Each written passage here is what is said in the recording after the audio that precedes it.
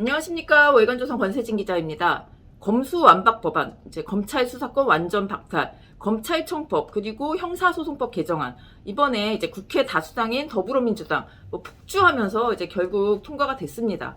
그러니까 이제 검찰은 물론이고 법학자들, 여론, 반대가 어마어마했는데 민주당은 결국 밀어붙였고, 민주당은 이제 국회에서 하는 것은 국민의 뜻이다. 이런 명분을 끝까지 내세웠습니다. 국회가 하는 것은 국민의 뜻이다. 국민이 선출한 국회이기 때문에.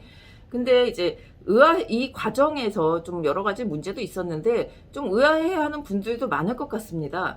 국민의힘이 이미 의석수가 이제 110석이 넘는 이제 큰 당이고 곧 5월 10일이면 이제 여당이 되죠. 근데 왜 이렇게 힘없이 밀리기만 하는가? 방법이 하나도 없는가? 근데 이제 계속 이런 일이 계속이 되고 있습니다. 3년 전에 2019년에 그게 있었죠. 고위공직자 수사처, 공수처 만드는 공수처법. 그리고 이제 선거 앞두고 총선 앞두고 연동형 비례대표제를 채택하는 선거법 개정안. 이거를 통과하는데 그때 이제 동물국회 들어눕고 난리가 한번 난 적이 있습니다. 이른바 동물국회인데 그때 이 두 법안의 패스트트랙, 그러니까 좀 빨리 올라가는 거, 그 상정 여부를 놓고 여야가 격렬하게 맞붙었고, 그때 이것도 나왔죠. 빠루라고 이제 그 공구 같은 거, 그것도 등장해서 논란이 일었고, 소송까지 가기도 했습니다. 근데 이번에도 이제 법안 처리, 이 검찰청법이랑 형사소송법 처리 강행하려는 민주당, 그리고 그걸 저지하려는 국민의힘, 이 사이에 물리적 싸움이 일어났습니다.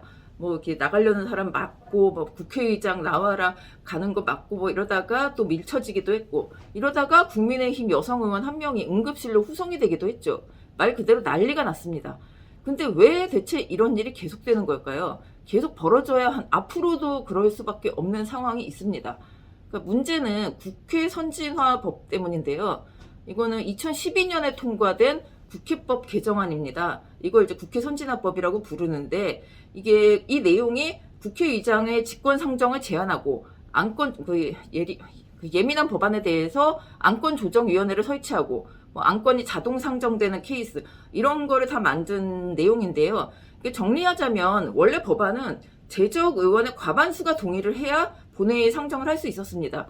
근데 이 법이 생기면서 여야가 이제 첨예하게 대립하는 법안은 과반수보다 더 엄격하게 2분의 1이 아니라 5분의 3 이상이 동의를 해야 본회의 상정이 가능합니다. 5분의 3이면 이제 300명 중에 180명이죠. 또 그리고 이 법에 따르면 재적 의원 3분의 1 이상 요구가 있으면 본회의 심의 안건에 대해서 무제한 토론을 할 수 있도록, 그러니까 필리버스터죠. 이 제도를 이때 도입을 했습니다. 10년 전입니다. 그리고 또 상임위 재적의원 3분의 1 이상이 쟁점 법안에 대해서 안건조정위원회를 이제 만들어달라고 요구하면 여야 동수로 위원회를 구성할 수 있고, 또 신속 처리 대상 안건, 패스트트랙이죠. 이거 지정하는 것도 이때 생겼습니다. 그리고 재적 과반수가 발의하고 재적의원 5분의 3 이상이 찬성으로 가결하면 이제 패스트트랙이 되는 이런 내용입니다. 근데 이제 잘 보면 여기서 중요한 숫자는 5분의 3, 그러니까 300석 중에 180석입니다. 180석만 보유하면 아무리 여야가 치열하게 치고받고 대립하는 안건이라도 본회의에 상정을 할 수 있고 패스트트랙에 태울 수가 있습니다. 이제 금방금방 넘어갈 수 있다는 얘기죠. 그러니까 개헌만 해도 사실 이제 국민 투표를 해야 되는 이런 게 있는데, 이 국민 투표 해야 되는 법만 아니면은 180석만 갖고 있으면 무조건 다 할 수 있다는 얘기입니다. 근데 이제 왜 이렇게 됐느냐? 180석을 가질 수 있는 정당이 있다고 별 생각을 안 했겠죠. 그랬는데 2020년에 21대 총선에서 더불어민주당이 지역구 비례대표 다 포함해서 딱 180석을 얻었습니다. 여기에 이제 친민주단계까지 더하면은 굉장히 많아. 거의 한 190석 되는 거였죠. 열린민주당, 그리고 무소속, 이런 사람들까지 포함하면은 거의 조금 빠져나간다 하더라도 천하무적이 된 겁니다. 이때 미래통합당은 이제 국민의힘이죠. 지역구와 비례 합쳐서 103석, 여기에 불과했습니다. 그러니까 지금 더불어민주당은 180석은 아니고요. 무리 일으킨 의원 탈당했고 보궐선거에서 좀 진 데도 있고 해서 172석이 되긴 했는데, 여기다 아직도 이 친민주당 무소속 의원과 친민주당 성향 의원들을 합하면 180이 조금 넘습니다. 그러니까 제가 역대 보수정당 원내대표들의 인터뷰를 좀 해봤는데, 모두들, 그러니까 최근 한 10여 년 동안 다들 화이팅은 넘치는데 실제로 할 수 있는 일이 없다. 이 그 작은 정당에서는 과반수를 갖지 못한 정당은 뭔가를 이제 막을 수 있는 일이 없다. 근데 이게 전부 다 국회 선진화법 때문입니다. 그 전에는 뭐 싸우든 뭐 하든 이렇게 좀 싸울 수가 있었는데 할 수가 없으니까 모두들 분노하고 안타까워하고 보수정당 원내대표들이 이런 일이 많았는데 사실 뭐 지금도 마찬가지죠. 이 검수완박 법안을 어떻게 할 수가 없어서 협상이라도 해야 되는데 협상한 것도 민주당이 제대로 안 지키고 뭐 이랬는데 할 수 있는 일이 별로 없는 겁니다. 근데 이 재밌는 건 이 국회 선진화법은 새누리당이 통과를 시킨 거거든요.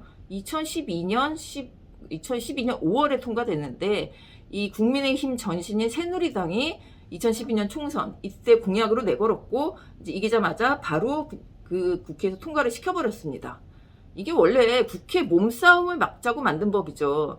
근데 이렇게 만든 이유는 그러니까 뭐 말은 좋죠. 선진화법이 있어야 되고 뭐 3분의 2까지는 어차피 어느 정당도 못 먹을 거기 때문에 이렇게 단단하게 만들어 놓으면 될 거다 했는데 180석을 먹어버린 거죠. 더불어민주당이. 한 정당이 180석을 가져갈 거라고는 이 2012년 당시에는 상상도 못했던 겁니다.